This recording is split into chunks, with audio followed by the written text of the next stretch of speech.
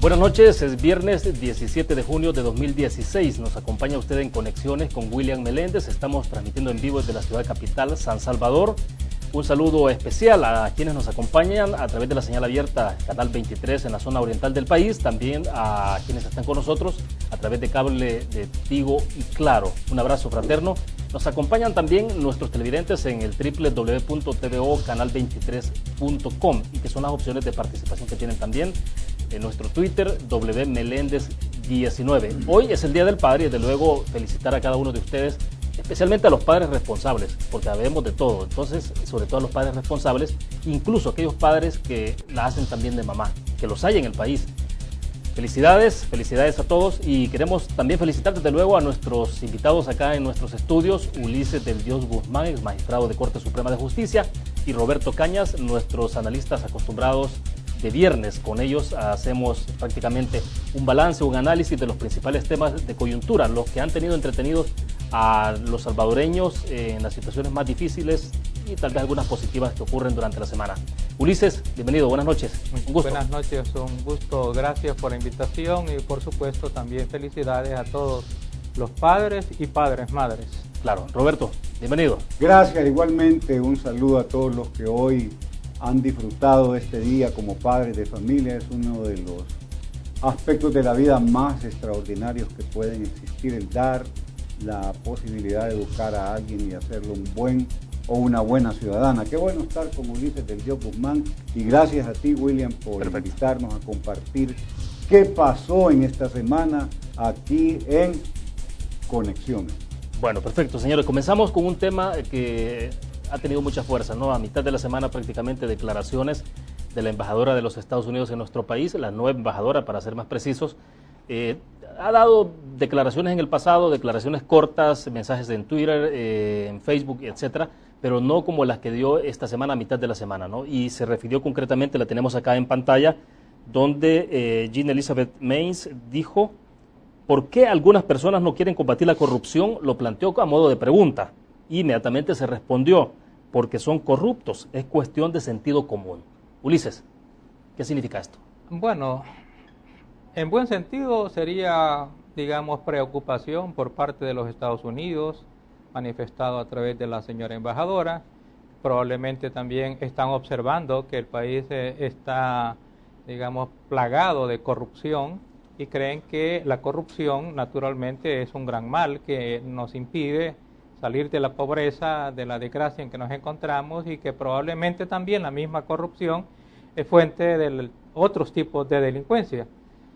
Naturalmente que esa expresión yo realmente no la comparto porque el hecho de que alguna persona, por ejemplo, en apariencia no haga nada para combatir la corrupción puede ser porque no se dé cuenta, porque esté ocupado en otros asuntos, porque ya haya perdido la esperanza de que combatir la corrupción en el país trae algún resultado, porque tenga miedo, etcétera. Ella dice, ¿por qué algunas personas no quieren combatir? Bueno, es demasiado taxativo eso, demasiado radical, digamos, en el planteamiento. Es radical y es además subjetivo, porque el hecho de que una persona no haga nada puede interpretarse como que no quiere, pero además esa persona podría eventualmente estar intimidada, asustada, etcétera, y puede ser que se malinterprete la inactividad de algunas personas. Sí creo yo que en términos generales, en la cúpula política, sí creo que no existe una voluntad determinante para combatir la corrupción, pero también en viceversa, hay quienes aparentemente hacen algo, gritan, hablan de probidad, se pintan como probos y sin embargo puede ser que estén escondiendo otra corrupción todavía peor de aquella corrupción que con la lengua están señalando. Bueno, perfecto. Roberto, ¿qué le parece la frase textual? Porque me interesa que nos detengamos en la pregunta puntual que ella hace y la respuesta que da para que luego pasemos al análisis. Bueno, esto tiene varias conexiones. En primer lugar, una diplomática no habla por gusto. Ni es coincidencia, ni qué extraño que dijo esto.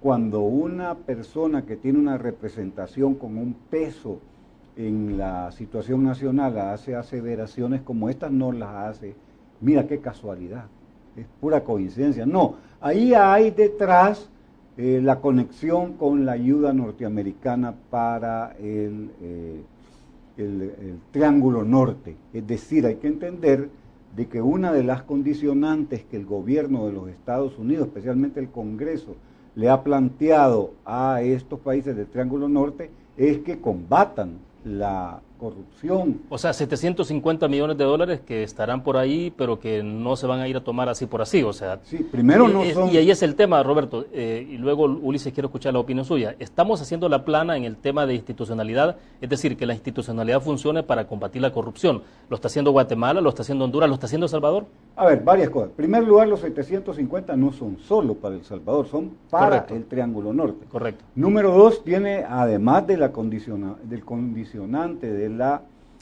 combate a la corrupción, tiene como 10 o 15 más condicionantes. Tercero, van a auditar que esté como ellos quieren las cuestiones como la combate a la corrupción y van a abrir la cañería. Pero después va a haber una auditoría permanente para ver si siguen con este tipo de apoyo. O sea que no es así nomás que de repente esta señora habla. También la otra conexión es con su antecesora. Su antecesora era más latina, era puertorriqueña, era más dada a tener una participación y era más histriónica que esta señora. Pero sí, ya la injerencia de un embajador en los asuntos internos de El Salvador vuelve a tener presencia.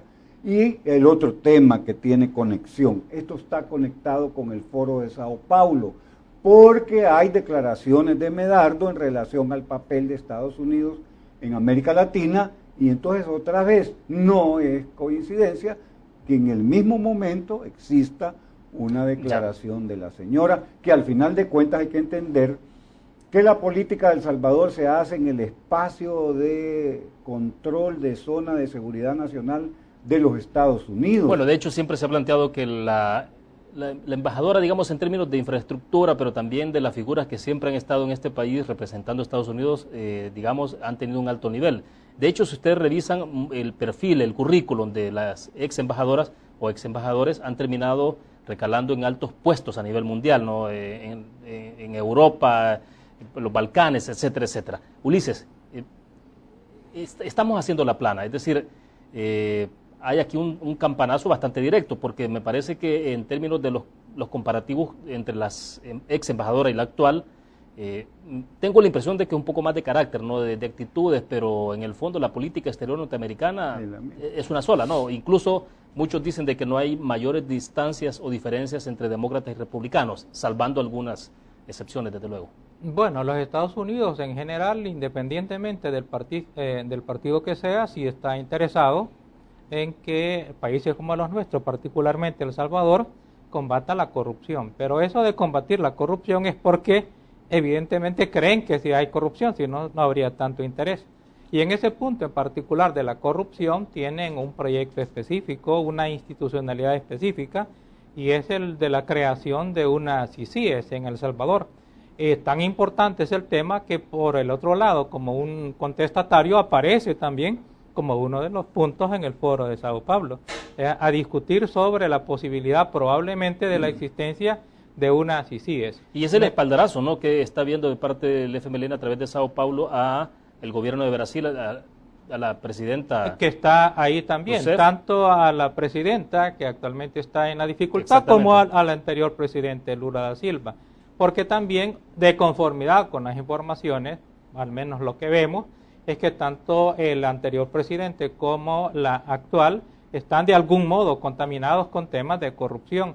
Y por otro lado, la CICIES sería una institucionalidad, habría que ver de qué modo, pero una institucionalidad que podría ayudar a la institucionalidad nuestra para que pueda combatir la corrupción y la impunidad en aquellos niveles particularmente altos, sobre todo en las altas esferas del gobierno, en donde la institucionalidad que nosotros tenemos es controlada por los mismos políticos y por tanto no puede penetrar, ni investigar, ni puede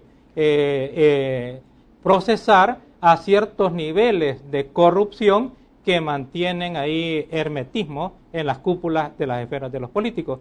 Por eso es que la embajadora, me imagino, viene a empujar. Sin embargo, lo digo, y con todo respeto, que me parece que es un poco grosera, con los salvadoreños porque está de algún modo diciendo a personas que son corruptas, y creo yo que a nivel diplomático debería de señalar el problema de la corrupción, pero no comenzar a señalar ya personas, porque ahí más o menos está señalando personas. ¿Usted cree que está elevando el tono? Digo porque de repente uno pensaría, bueno, es que ha habido alguna respuesta o no la ha habido localmente de combatir la corrupción, o es que del otro lado, localmente, no hay señales concretas de que se quiera hacer. Y le digo porque tenemos en pantalla, por ejemplo, lo que dijo la prensa gráfica ayer, de que recogía declaraciones del FMLN en la conferencia que dieron sobre el Foro de Sao Paulo, que se va a desarrollar acá en el país.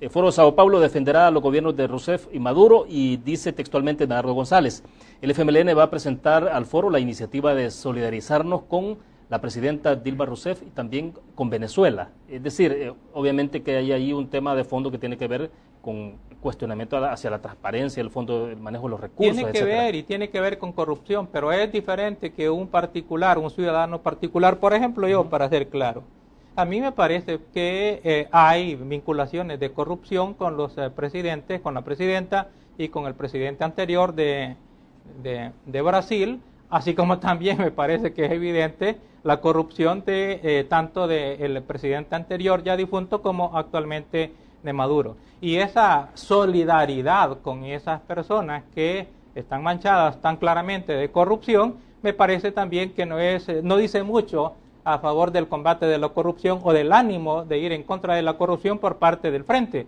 Sin embargo, es una expresión de un particular, de un ciudadano, que tenemos derecho a pensar, a creer y a decir lo que pensamos. Sin embargo, que ya un político, sobre todo una diplomática representante de un Estado, entre a otro Estado y presione de ese modo, sí me parece que es un tanto excesivo.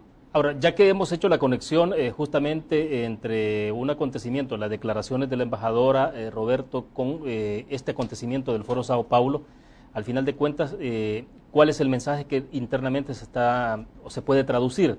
Es decir, el acontecimiento del Foro Sao Paulo, ¿qué mensaje puede enviar localmente? Bueno, y así lo están manejando los medios, un izquierdazo del partido de gobierno en relación a plantearse una serie de declaraciones y un evento en el cual hay señalamientos directos hacia la administración norteamericana. Entonces hay dos elementos de política exterior del gobierno que llaman la atención. Uno, el llamado a consultas de la embajadora de El Salvador en Brasil, que después dijeron que no era llamado, que no sé qué, entonces buscaron la manera de suavizarlo. Sí, que terminó pidiéndole un informe nada más. Sí, ¿no? O sea, entonces al ver que aquello levantó una polvareda bastante grande, es como interesante, si lo queremos ver desde política exterior de El Salvador, que tradicionalmente hasta acuñan un término. El ministro de Relaciones Exteriores dice que la política exterior de El Salvador sin ataduras ideológicas es. Y de repente hoy hay dos piruetas bastante grandes, las vueltas de gato, porque tradicionalmente Israel, Taiwán, Corea del Sur, Colombia y por supuesto Estados Unidos habían sido el centro de la política exterior del actual gobierno.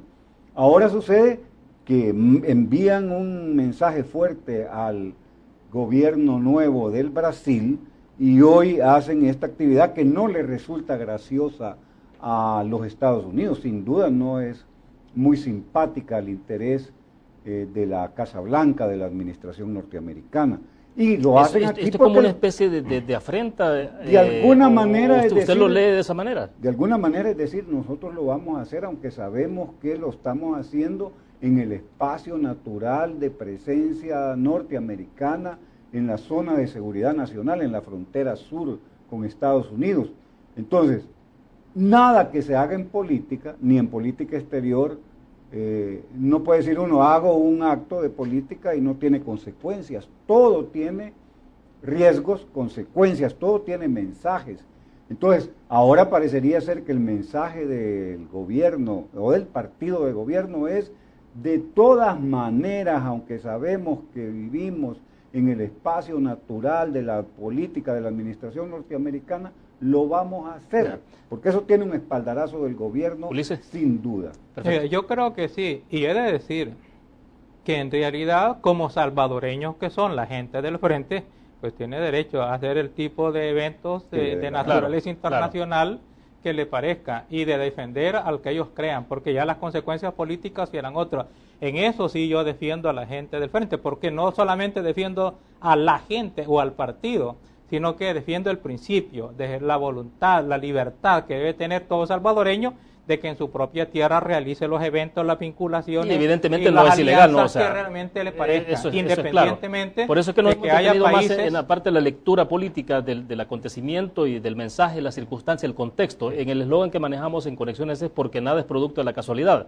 Es decir, todo está conectado. Entonces, eso naturalmente que sí, pero sí le defiendo el espacio de hacerlo. Pero vaya, sí, en eso sí. Por supuesto, no comparto su pensamiento. ¿Qué significado tiene entonces, Ulises? Esa es otra cosa, pero el derecho de hacerlo sí lo comparto. Pero ¿cómo lo lee usted entonces el foro en sí? O sea, ¿cuál es el mensaje que se está mandando? O el mensaje que usted interpreta. Es que el mensaje, en mi opinión, es que está en una especie de reacción del esfuerzo que está haciendo por otro lado los Estados Unidos, porque los Estados Unidos está haciendo un esfuerzo, en realidad cuando habla de combatir la corrupción, ¿de qué tipo de corrupción y a quién realmente le está cayendo eso?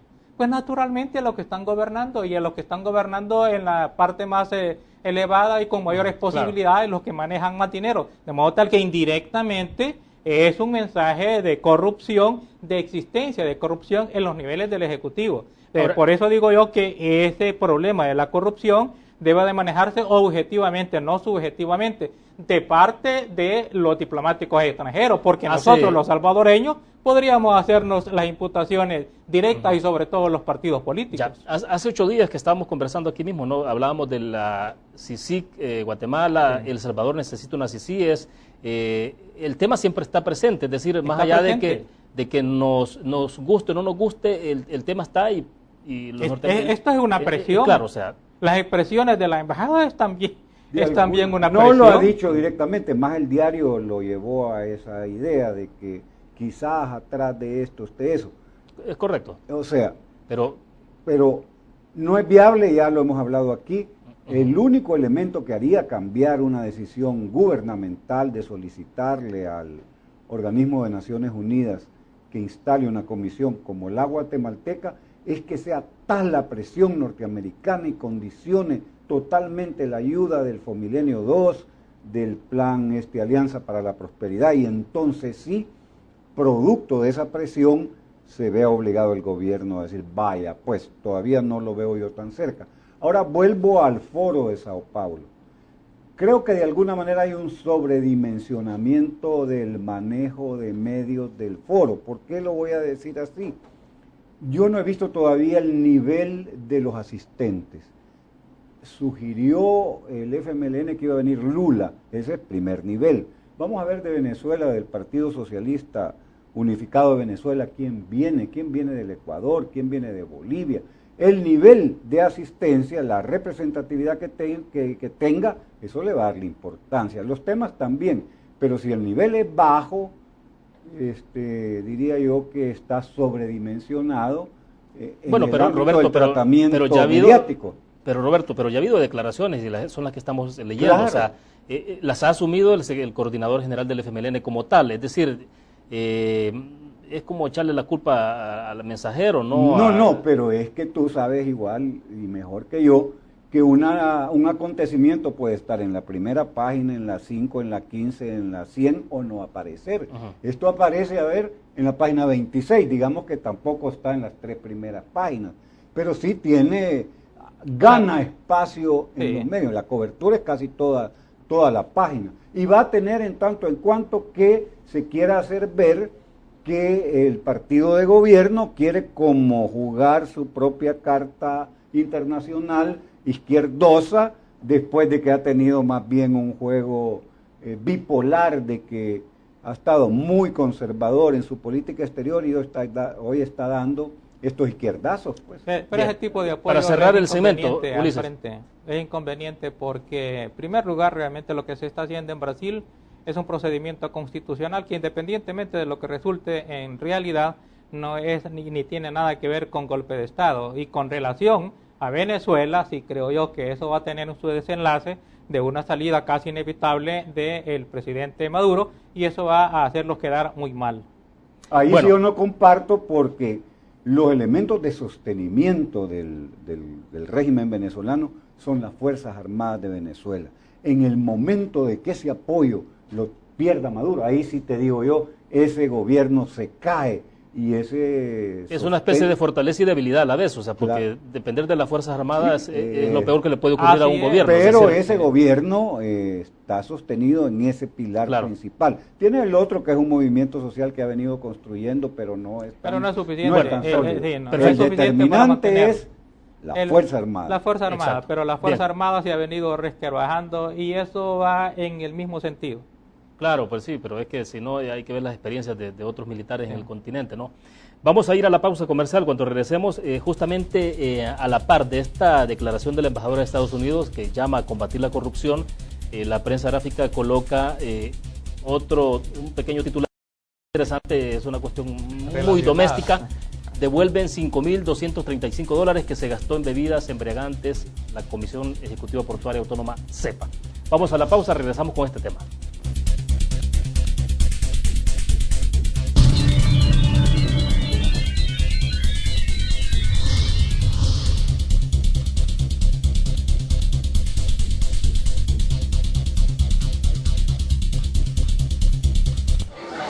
El pollo y el huevo han formado parte de tu vida.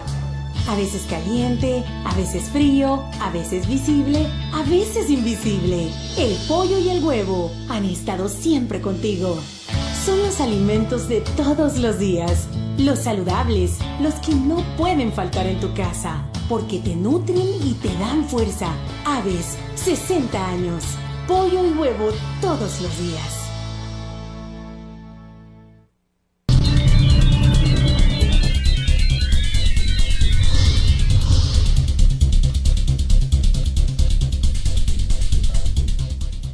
Bien, como decimos en el eslogan de Conexiones, porque nada es producto de la casualidad, justamente decíamos en el segmento anterior con nuestros invitados, viendo las declaraciones de la embajadora de los Estados Unidos, la nota que aparecía también en la prensa gráfica sobre la devolución de más de $5.000 en este caso un comunicado de CEPA, donde es el gerente general administrativo el que se hace prácticamente responsable de la devolución de esos fondos, que es otro tema que vamos a discutir con nuestros invitados. Pero bueno, dice el diario de hoy, en la edición de ayer, la Comisión Ejecutiva Portuaria Autónoma CEPA devuelve dinero que gastó en licores. El dinero formaba parte de los 232,000 gastados en alimentos y bebidas. Y el presidente de CEPA tildó de insignificante los 5,000 que se pagaron en licores. Esa declaración fue al principio, ¿no? Una vez que se conoció el caso. Ulises, ¿qué estamos presenciando? Es decir, una cosa, porque uno cuando ve que hay procesos judiciales, más en el caso de malversación de fondos, de mucho dinero, es casi improbable que una persona acusada vaya a los tribunales, aunque le estén demostrando decir efectivamente sí, y lo devuelvo el dinero, o sea, casi nunca ocurre. No, y en este caso, obviamente que no es un robo, es, digamos, otro tipo de situación, pero aceptar eso públicamente y decir, bueno, vamos a tener que devolver los 5,000 y pico de dólares que nos gastamos en licores, en Johnny Walker. Mira, vinos. para mí realmente este es un mal manejo de los funcionarios de CEPA, porque una vez que se ha presuntamente encontrado el hallazgo de 5,000 gastados en licor, en realidad la primera posición que sostuvieron es que esto era un gasto legal. Y en realidad habría que determinar si realmente es un gasto permitido o no, y si hay o no infracciones administrativas o responsabilidades económicas. Pero eso es una competencia de la Corte de Cuentas. En tanto que la Corte de Cuentas no determine que hay infracciones administrativas o responsabilidades económicas, en realidad es hasta improcedente que devuelva los 5,000 que supuestamente no se los tragó el gerente que los está devolviendo, sino que se los tragó otros. Y en consecuencia no hay una devolución de dinero, porque yo devuelvo el dinero que a mí me ha quedado. Ese es un dinero que dice que se consumió y que por tanto él no lo gastó. Entonces no hay, es improcedente la forma en que lo está haciendo. Por otro lado, tampoco, hay que decirlo, por muy en desgracia o muy desgraciada que sea la nota, pero en realidad tampoco hay atisbos hasta este momento de cometimiento de delito, ni siquiera de malversación, porque la malversación tiene que ver con destinar los fondos que van hacia un rubro, a otro rubro no autorizado, y este no es el punto. Este es un punto en el cual se consumieron probablemente en exceso, no lo sé, porque ni siquiera eso está demostrado, de modo tal que aquí lo que hay es un mal manejo, y esa devolución de dinero en realidad no puede detener ni el procedimiento investigativo de la Corte de Cuentas, ni una eventual investigación penal en la Fiscalía General de la República, si es que la Fiscalía encuentre algún indicio de cometimiento de delito. En todo caso, porque hasta ahora no pareciera ser que hay delito. Entonces lo que estamos, Ulises, es que no es una atenuante para que diga entonces la Corte de Cuentas, como ya se devolvió el dinero, entonces no procede. No tiene nada que ver, porque ni siquiera tampoco en materia penal en delito de corrupción es que devolviendo el dinero ya hay una eximente de responsabilidad penal. Eso no es así. Tampoco en materia de Corte de Cuentas no es que devolviendo el dinero se extingue la responsabilidad. Perfecto. Primero tiene que ser determinada la responsabilidad administrativa o patrimonial, y entonces al determinarse la responsabilidad patrimonial nace la obligación de la devolución.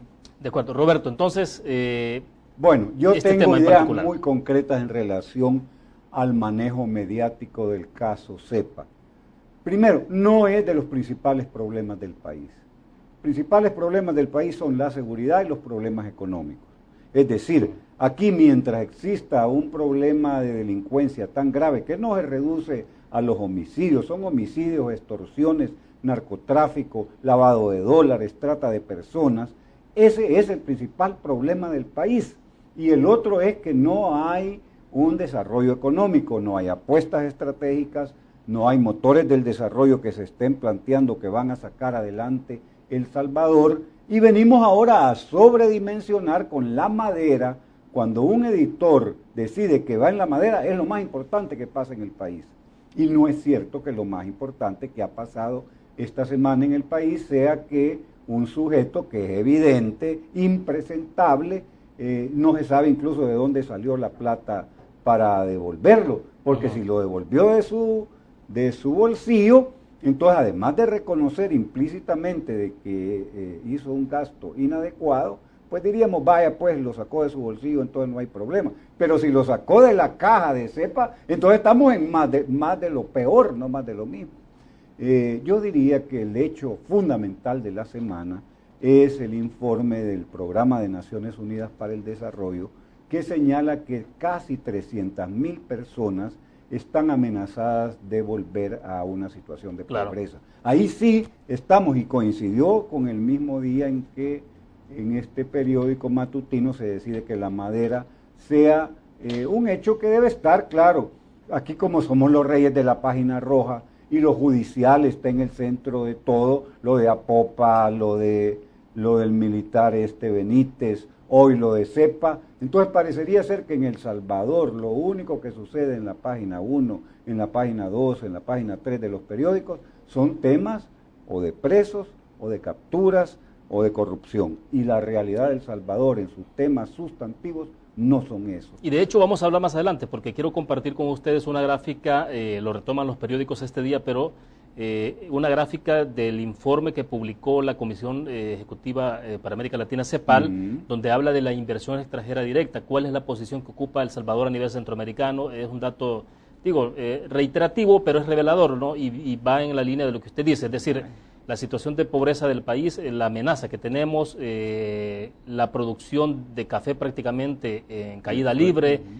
Después de tener en el pasado 4 millones de quintales aproximadamente de producción de café, ahora se tienen 750.000, si no es menos, probablemente menos, la situación de Roya. Entonces estamos hablando de golpes directos para la actividad económica de las familias más pobres. Y volvemos entonces al tema de discusión.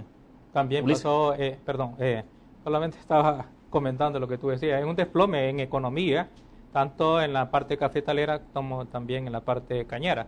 En realidad hay un desplome, pero también habría que decir que para ser equilibrado, de que esos desplomes no son directamente imputables, digamos, a la ineficacia o ineficiencia por parte del gobierno, excepto en la parte que se critica, que los cafetaleros sabrán mejor, de que habiendo tenido la oportunidad de abordar el tema de la Roya en su momento, pareciera ser, según opinión de los cañeros, que el gobierno le fue indiferente el tema y que no abordó el tema y los apoyó para impedir que la extensión del daño fuera mayor del que se ha producido en este momento, que es básicamente un desplome que va a perjudicar, como tú dices, al sectores más bajos. Lo otro muy importante es el hecho de que nosotros, El Salvador, somos los que menor inversión extranjera estamos teniendo.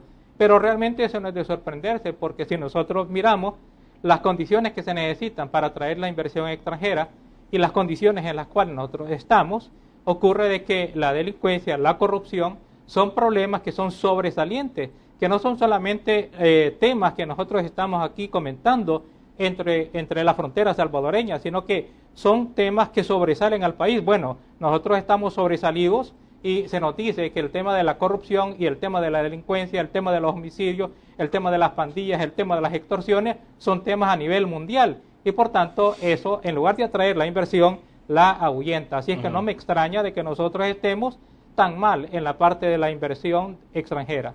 Y no solamente de la inversión extranjera, porque además de que no atraemos la inversión extranjera, ahuyentamos la inversión nacional, porque inversionistas nacionales se están yendo a otros países, incluso a otros países vecinos que antes considerábamos que no tenían buenas condiciones de inversión y ahora están mucho mejor que nosotros. A ver. Bueno, aquí tenemos la gráfica que quería compartir con ustedes, ¿no? Nos hemos ido adelantando un poco, pero bueno, aquí está. Lo importante es que en el contexto de la conversación nos cae perfecto. Aquí tenemos El Salvador con 428 millones de dólares. Estamos hablando de esta estadística hasta mayo del presente año. Luego Honduras, que tiene 1.203, Nicaragua 835, Panamá, bueno, es un caso particular, ¿no? De 5.038 millones de dólares, Costa Rica con 3.094 millones, Guatemala 1.208, pero igual, estamos a la cola en inversión extranjera Ahí directa. Déjame, William, poder razonar cuál es la lógica de esto.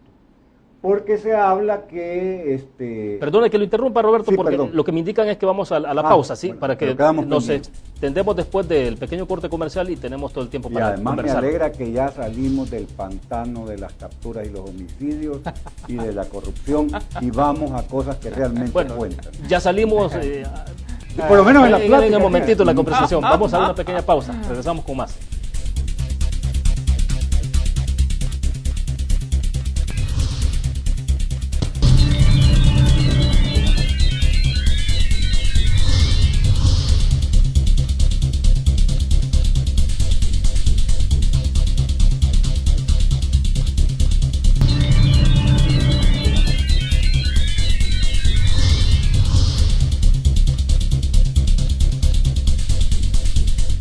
Bueno, estamos en el corte comercial, Roberto, y decíamos, bueno, es que es imposible salirnos del tema de seguridad y ya lo diremos por qué. O sea, les vamos a mostrar por qué es imposible salir de ese tema que obviamente tiene que ver con la vida de las personas, sin duda alguna, la tregua entre pandillas, las declaraciones recientes de Douglas Moreno, ex viceministro de Justicia, ¿no?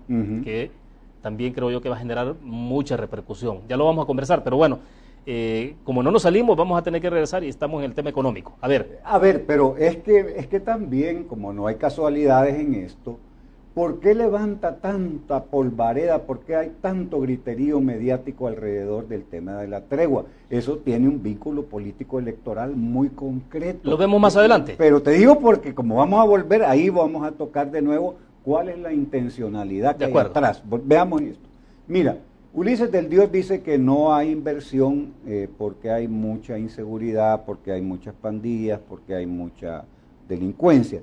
Yo te digo, la lógica del empresario en su cálculo para invertir busca la rentabilidad y puede ser que su tasa de rentabilidad sea mayor aunque existan problemas de corrupción y problemas de inseguridad, porque en Honduras no es un caso atípico en términos de esos dos componentes y sin embargo hay más inversión extranjera. ¿Qué te quiere decir eso? Bueno, pero acá se ha confirmado, Roberto, que más o menos se está, no invirtiendo porque es un gasto, al final se está gastando el 16% del Producto Interno Bruto del país en todo el tema de seguridad, lo que implica, digamos, la violencia, que hay que defenderse comprando alambre racer, electrificando nuestras casas, poniéndole defensas, es decir... Y en Honduras es más porque el narcotráfico tiene una presencia fuertísima en la infiltración en los aparatos del Estado, en la vida nacional. Sin embargo, hay más inversión. Si tú comparas Honduras con El Salvador, hay municipios que están copados por el narcotráfico en Honduras y sin embargo hay más inversión, porque la inversión no depende únicamente del tema de la seguridad y la corrupción, depende del costo de los bienes no transables, del costo de la energía eléctrica, del costo de los salarios, del tipo de impuestos que hay, del tipo de tramitología que exista. Entonces, la sumatoria de esa ecuación en la que un elemento de costo es la seguridad, es la que hace decidirse al empresario internacional si invierte su plata en Guatemala, en Honduras o en El Salvador. Y es evidente que en El Salvador es caro por la seguridad, es caro por la energía eléctrica, es caro por la infraestructura que no es buena, entonces lo hace más caro producir. Y aquí viene una lógica que va de la siguiente forma. Si hay más inversión, aumenta la producción. Si aumenta la producción, aumenta el empleo, porque esa es la lógica. Debemos de buscar tasas de crecimiento más grandes y que se van a dar en la medida que haya más inversión, y eso va a generar más empleo. Pero todo va a ser más o menos igual, aunque exista más inversión extranjera, si la riqueza generada por esa inversión extranjera se va fuera del país, o el crecimiento de la economía es repartido de la misma forma, porque al final de esto nos lleva al tema de la desigualdad.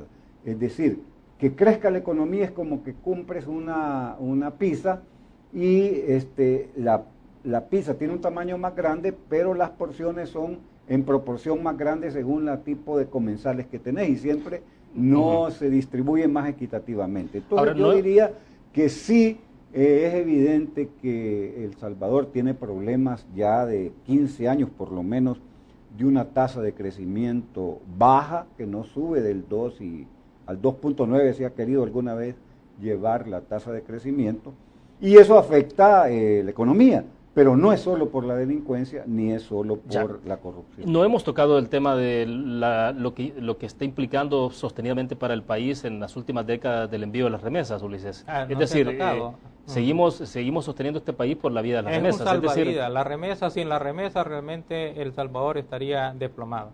Y eso indica no solamente en este momento de estos dos gobiernos, sino que desde los gobiernos anteriores, que todavía nosotros en nuestra economía no tenemos la capacidad de sustentar nuestra propia economía con motores propios, con motores internos, o por lo menos con motores externos, pero con motores de generación propia, sino que estamos básicamente a la caridad internacional, la caridad de lo que nos mandan los salvadoreños en el exterior. Por eso es que parte de los productos importantes de nuestras exportaciones, creo que lo fundamental es precisamente la exportación de los salvadoreños hacia el extranjero, particularmente hacia los Estados Unidos. Y que tampoco fue casualidad. Hay planteamientos serios que dicen que eso fue alentado, que eso fue considerado como parte del modelo. Es decir, es que es importante en términos de gobierno anteriores a alentar la migración, porque eso disminuye la presión social. Claro, hay menos demanda de escuela, de servicios de salud, y además... Pero continuamos con el mismo fenómeno, es decir... Por supuesto, si es que el modelo económico está intacto. Es porque las condiciones siguen presionando para que haya emigración, independientemente de que nos digan de que allá al paso, sobre todo por México, es realmente peligroso y que puede morir en el camino. Pero imaginémonos una cosa, de cuestiones concretas, de conversaciones con personas concretas, de carne y hueso, de alguien que tiene su hijo y le dicen que hoy en la noche se lo van a llevar porque tiene que ir ser parte de la pandilla. Si realmente no se agrega a las pandillas, pueden matar a la mamá, violar a la hermana, etcétera. ¿Y cuál es la salida que tiene ese cipote?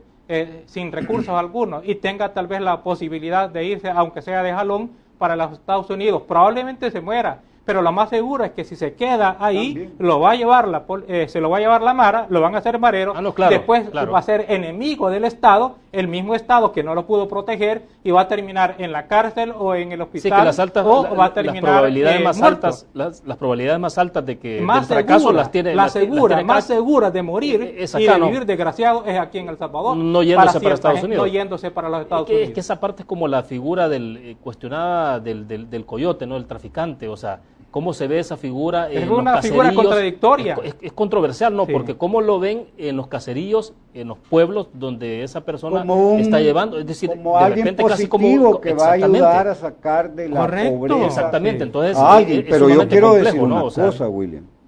Sobre todo cuando yo ha llevado antecedentes y en la familia, en el mismo grupo, y es la misma persona que se va a llevar al otro familiar. Sí, pero en el fondo el tema migratorio tiene a la base la imposibilidad de un país de poder absorber la población económicamente activa. O sea, la estructura, la matriz económica de este país es tan pequeña que no puede absorber la oferta de trabajo que hay en el país. Claro, y se convierte en un país expulsor, ¿no? O sea, expulsor por un lado y también receptor, porque en la Unión tú puedes ver nicaragüenses y en tiempos de la cosecha hay hondureños y nicaragüenses que están ahora en menos trabajando. proporción, Roberto. Hace 10 años, y lo digo por experiencia, pues yo soy de Oriente también. Más. Era bastante fuerte la fuerte. presencia de nicaragüenses en toda la zona de Oriente, ¿no? Pero eso ha ido bajando un poco.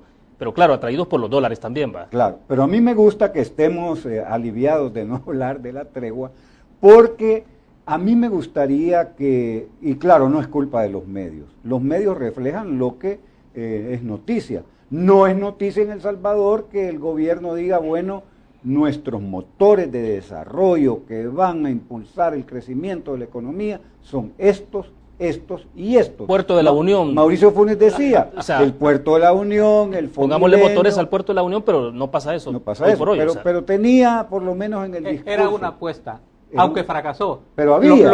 Lo bueno es que tenía idea. Había apuesta aunque haya estratégica. fracasado. Había Correcto, apuesta sí. estratégica. Cuando oías a Alex Segovia te decía, los motores del desarrollo son el Fomilenio, que estaban en tiempos del Fomilenio 1, el asocio público-privado y el Puerto de la Unión. Que se pegaron los motores o nunca encendieron es otra cosa. Pero en Nicaragua hay apuesta estratégica, es el canal interoceánico. En Costa Rica tienen relaciones con China continental. En Guatemala es el turismo. En Costa Rica es igual una apuesta estratégica para generar dinámicas económicas, es el turismo. Y en El Salvador, ¿cuál? La pregunta es esa. ¿Cuál es la apuesta estratégica? ¿Cuáles son los motores del desarrollo? Si no oigo yo eso, no me puedo sentir tranquilo porque entonces estamos como subsumidos, recalentando en la misma salsa de que aquí la vida es capturas, jueces y corrupción. Bueno, pero es imposible, Roberto, imposible, ya regresó, imposible el tema. Es decir, él mismo regresó Funes al amparó tema la de tregua entre seguridad. las pandillas, dice Douglas Moreno, el director de centros penales. 2 minutos nos quedan para que cerremos con esto, porque no, me parece por las repercusiones que esto va a tener, ¿no? O sea, que el ex viceministro diga que Funes amparó la tregua entre las pandillas, habrá que ver, por favor. Pues sí, ahí vamos a la conexión que tiene esto con lo político. Al final de cuentas es que aquí, de manera bastante prematura, lo político electoral empieza a dominar la vida del país. No es casualidad, todo está relacionado, como bien lo dices tú, que de repente aparezca Douglas Moreno y diga, miren, ¿saben qué? Esto no me mandé solo yo, ni se mandó solo el general Benítez. Aquí no hay machos sin dueño. Sobre todo ser una política pública. Absoluto. Se nos fue el tiempo. Aquí obedece. Definitivamente, lo que dice Douglas Moreno tiene totalmente sentido y lo reconocen incluso en los mismos requerimientos fiscales, en donde mientras estaban ejerciendo la acción contra los de en medio y contra los de abajo, decían todo esto apunta hacia los de arriba y sin embargo no hay ninguna acción penal en contra de los de arriba. No sugiero que deba de procesarse a los de arriba, es que simplemente esta era una política gubernamental y los de abajo no hicieron más que obedecer órdenes. Y había propuesta, aunque haya fracasado, pero también había propuesta de seguridad. La propuesta era la tregua. Sí, esa declaración es una confesión, ¿no? Es decir, no porque dice el presidente apoyó la tregua. O sea, él no está confesando, él está imputándole la responsabilidad al presidente de la República. Lavándose las manos, de alguna manera. No, porque si realmente no hubiera participado, no tendría manos sucias de que lavarse. Bueno, perfecto. Gracias, Ulises. Muy gentil, muy amable. Ok, muchas gracias. Roberto. Gracias, William. Qué bueno estar aquí. Bueno, gracias a ustedes. Terminamos de esta forma conexiones con William Meléndez. Nos vamos a ver el próximo miércoles, siempre con los temas de actualidad y desde luego con nuestros invitados panelistas para hacer este tipo de ejercicio, que creo que es muy bueno para cerrar la semana y sobre todo para dar luces de interpretación, algunas luces de por dónde debe caminar el país. Gracias y que descansen. Buenas noches.